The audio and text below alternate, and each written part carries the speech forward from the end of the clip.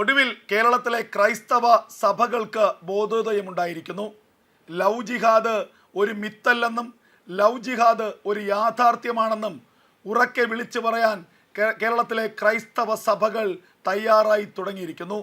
ഒരു PC George വേണ്ടി വന്നു ഒടുവിൽ ക്രൈസ്തവ സഭകളുടെ ദുര്യോഗം പൊതുസമൂഹത്തിന് മുന്നിൽ പറയാൻ. പാലായിൽ ക്രൈസ്തവ മദ്യവർജന സമിതിയുടെ ആഭിമുഖ്യത്തിൽ നടന്ന സെമിനാറിൽ PC ജോർജ് ചില കാര്യങ്ങൾ വെട്ടിത്തുറന്ന് പറഞ്ഞിരുന്നു. പിന്നാലെ കേരളത്തിലെ രാഷ്ട്രീയ നേതൃത്വം, പാർട്ടികളൊക്കെ തന്നെ PC ജോർജിനെ ഒരു ഭീകരനാക്കി ചിത്രീകരിക്കാനും PC ജോർജ് മതസ്പർദ്ധയുണ്ടാക്കുന്ന കാര്യങ്ങൾ പറയുന്നു എന്ന് പറഞ്ഞുകൊണ്ട് കേസെടുക്കാനുമുള്ള നീക്കങ്ങൾ ആരംഭിച്ചു. എന്നാൽ PC ജോർജിനെ പിന്തുണയ്ക്കേണ്ട ക്രൈസ്തവ സഭ ആ ഘട്ടത്തിൽ മൗനം പാലിച്ചു.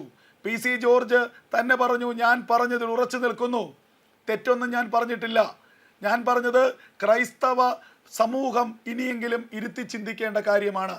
ഒടുവിലിതാ ക്രൈസ്തവ സഭ PC ജോർജിനെ പിന്തുണച്ചുകൊണ്ട് രംഗത്ത് വന്നിരിക്കുന്നു. ഇപ്പോൾ സീറോ മലബാർ സഭ തന്നെ പറഞ്ഞിരിക്കുന്നു, PC ജോർജ് പറഞ്ഞ കാര്യങ്ങൾ യാഥാർത്ഥ്യമാണ്, ലവ് ജിഹാദ് യാഥാർത്ഥ്യമാണ്, പ്രണയക്കെണി യാഥാർത്ഥ്യമാണ്, അതുപോലെ തന്നെ മതഭീകരത യാഥാർത്ഥ്യമാണ്, തീവ്രവാദം യാഥാർത്ഥ്യമാണ്, ലഹരി യാഥാർത്ഥ്യമാണ്.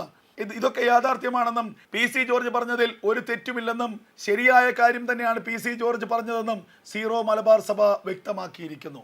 അങ്ങനെ ഓരോ സഭകളും PC ജോർജിന് പിന്തുണയുമായി രംഗത്ത് വന്നിരിക്കുന്നു. കേരളത്തിൽ ഒരു യാഥാർത്ഥ്യം വിളിച്ചു പറഞ്ഞതിൻ്റെ പേരിൽ PC ജോർജിനെ ഒറ്റപ്പെടുത്താൻ സമ്മതിക്കില്ല എന്ന് ക്രൈസ്തവ സഭ ആർജവത്തോടെ പറയുന്ന ഒരു കാലം, ഒരു സാഹചര്യമാണ് എത്തിപ്പെട്ടിരിക്കുന്നത്. കാരണം ഇതൊരു അനിവാര്യതയാണ്. നമുക്ക് തവണ നമ്മൾ ഈ വിഷയങ്ങൾ ചർച്ച ചെയ്തതാണ്. കേരളത്തിലെ ക്രൈസ്തവ സഭയുടെ ഇന്നത്തെ അവസ്ഥ എന്ന് പറയുന്നത് ഏറ്റവും പരിതാപകരമായ ഒരു അവസ്ഥയിലേക്ക് ക്രൈസ്തവ സഭ പോവുകയാണ്. കാരണം ഒരു കാലത്ത് കേരളത്തിലെ ജനാധിപത്യ സംവിധാനത്തിൽ, കേരളത്തിൻ്റെ ഭരണക്രമത്തിൽ നിർണായകമായ പങ്ക് വഹിച്ചിരുന്ന, കേരളത്തിൻ്റെ ഭരണചക്രം തന്നെ തിരിച്ചിരുന്നത് ക്രൈസ്തവ സഭയും ക്രൈസ്തവ മതമേലധ്യക്ഷന്മാരുമായിരുന്നുവെങ്കിൽ ഇന്ന് ക്രൈസ്തവ സഭയുടെ അവസ്ഥ എന്ന് പറയുന്നത് കേരളത്തിൽ ഏറ്റവും ശോചനീയമാണ്. കേരളത്തിൻ്റെ സർക്കാരിനുള്ളിൽ ഏതെങ്കിലും ഒരു കാര്യം നടത്തുന്നതിനോ ഏതെങ്കിലും ഒരു നിർണായകമായ തീരുമാനമെടുപ്പിക്കുന്നതിനുള്ള കഴിവ് ക്രൈസ്തവ സഭയ്ക്ക് ഇല്ലാതായിരിക്കുന്നു. പന്ത് തട്ടുന്നത് പോലെ തെരഞ്ഞെടുപ്പ് വരുമ്പോൾ മാത്രം അവരെ ഉപയോഗിച്ച ശേഷം ചവിട്ടി എറിയുന്ന ഒരു അവസ്ഥയിലേക്ക് കേരളത്തിലെ ക്രൈസ്തവ സഭ വന്നിരിക്കുന്നു. ഒരു കാലത്ത് Oommen Chandy, AK Antony, KM Mani, PJ Joseph, അതുപോലെ TM ജേക്കബ് അടക്കം കേരളത്തിലെ തലമുതിർന്ന, കേരളത്തിലെ കൊലകൊമ്പന്മാരായ രാഷ്ട്രീയ നേതാക്കന്മാരെല്ലാം തന്നെ ക്രൈസ്തവ സമൂഹത്തിൽ നിന്നായിരുന്നു, മധ്യ തിരുവിതാംകൂറിൽ നിന്നായിരുന്നു. ഇന്ന് എവിടെ പോയിരിക്കുന്നു? അപ്പോൾ കേരളത്തിലെ ഇടതു സർക്കാർ, ആ ഇടതു സർക്കാർ തരാതരം പോലെ കിട്ടുമ്പോഴെല്ലാം തന്നെ ഒരു പ്രത്യേക മതത്തിനെ പ്രീതിപ്പെടുത്താനും അതിനുവേണ്ടി ക്രൈസ്തവ സമുദായത്തെ ചവിട്ടിത്താത്താനും ശ്രമിച്ച കഥകളൊക്കെ നമ്മൾ കണ്ടിട്ടുള്ളതാണല്ലോ. ക്രൈസ്തവ മതവിഭാഗം തന്നെ ഇതിനെക്കുറിച്ച് പലതവണ പരാതി പറഞ്ഞിട്ടുള്ളതുമാണ്. അതുകൊണ്ട് തന്നെ ഇപ്പോൾ ഈ അവസരത്തിൽ PC ജോർജ് പറഞ്ഞ യാഥാർത്ഥ്യങ്ങളെ പിന്തുണയ്ക്കാതിരുന്നാൽ അത് സ്വസമുദായത്തിലെ അംഗങ്ങൾ തന്നെ നേതൃത്വത്തെ തള്ളിപ്പറയുന്നതിൻ്റെ ഇടയാക്കുമെന്ന് കൃത്യമായി തിരിച്ചറിവാണ് ക്രൈസ്തവ സഭകൾക്ക് PC ജോർജിനെ പിന്തുണച്ച് രംഗത്ത് വരേണ്ടി വന്ന സാഹചര്യം ഉണ്ടാക്കിയത്. PC ജോർജ് എന്താണ് പറഞ്ഞത്? ലവ് ജിഹാദ് ഇപ്പോഴും നമ്മുടെ ചുറ്റും നടക്കുന്നു. മീനച്ചിൽ താലൂക്കിൽ മാത്രം 400ഓളം പെൺകുട്ടികൾ ലവ് ജിഹാദിൻ്റെ കുരുക്കിൽപ്പെട്ട് വീട്ടിൽ നിന്നും പുറപ്പെട്ടു പോയിരിക്കുന്നു. അവരിൽ 41 പേരെ മാത്രമാണ് തിരികെ വീട്ടിലേക്ക്, സമുദായത്തിലേക്ക് കൊണ്ടുവരാൻ കഴിഞ്ഞിട്ടുള്ളത്. ക്രൈസ്തവ സഭ നേരിടുന്ന ഏറ്റവും വലിയ വെല്ലുവിളിയാണ് ഈ ലവ് ജിഹാദ്. അതുകൊണ്ട് നമ്മുടെ സമുദായത്തിലെ പെൺകുട്ടികളെ 22-23 വയസ്സുള്ളപ്പോൾ വിവാഹം കഴിച്ചയക്കണമെന്ന് പറയുന്നു. ഇത് PC ജോർജ് പറയുന്നത് യാഥാർത്ഥ്യമാണ് എന്ന് ക്രൈസ്തവ സഭ തന്നെ വ്യക്തമാക്കുന്നുണ്ട്. നമുക്കറിയാമല്ലോ, പണ്ട് പാലാ ബിഷപ്പ് ഒരു നർക്കോട്ടിക്സ് ജിഹാദിനെ കുറിച്ച് പറഞ്ഞിരുന്നു. ആ നർക്കോട്ടിക്സ് ജിഹാദിനെ കുറിച്ച് അദ്ദേഹം പറഞ്ഞതിൻ്റെ തൊട്ടടുത്ത ദിവസം ഈരാറ്റുപേട്ടയിൽ നിന്ന് ആയിരങ്ങളാണ് അരമനയിലേക്ക് വലിയ പ്രതിഷേധവുമായി എത്തിയത്. ഒടുവിൽ പാലാ ബിഷപ്പിനെ താൻ അങ്ങനെയല്ല പറഞ്ഞതെന്ന് തിരുത്തി പറയേണ്ടി വന്നു. എന്നാൽ ഈ പാലാ ബിഷപ്പ് അല്ലാതെ മറ്റേതെങ്കിലും ഒരു മതത്തിലെ ഒരു പുരോഹിതനാണ് ഇത്തരമൊരു ആക്ഷേപം, ഇത്തരമൊരു പരാമർശം നടത്തിയെങ്കിൽ എവിടെയാണ് ഖേദം പ്രകടിപ്പിക്കേണ്ടി വരുന്നത്? ഒരിടത്തും ഖേദം പ്രകടിപ്പിക്കേണ്ടി വരില്ല. കാരണം അതൊരു വിഷയമേ അല്ലാതായി മാറുമായിരുന്നു.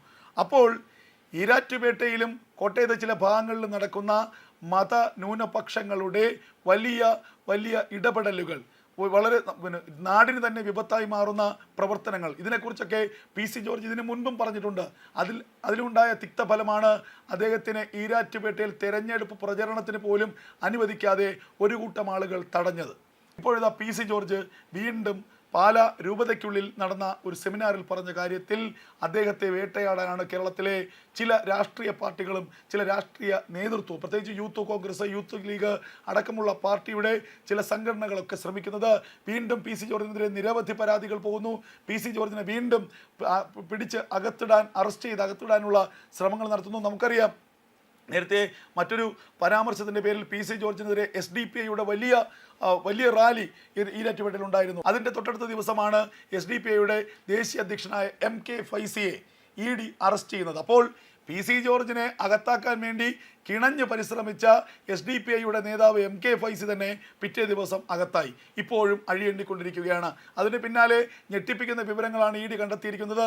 രാജ്യത്ത് ജനാധിപത്യ സംവിധാനത്തെ അട്ടിമറിക്കാൻ ജിഹാദ് നടത്താനുള്ള വലിയ ശ്രമങ്ങൾ ഈ SDPIയുടെ ഭാഗത്തുനിന്നുണ്ടായി. 29 അക്കൗണ്ടുകളിലൂടെ 262 കോടി രൂപയാണ് അനധികൃതമായി ഹവാല പണമായി കള്ളപ്പണമായി കേരളത്തിലേക്ക്, ഈ രാജ്യത്തേക്ക് എത്തിച്ചത്.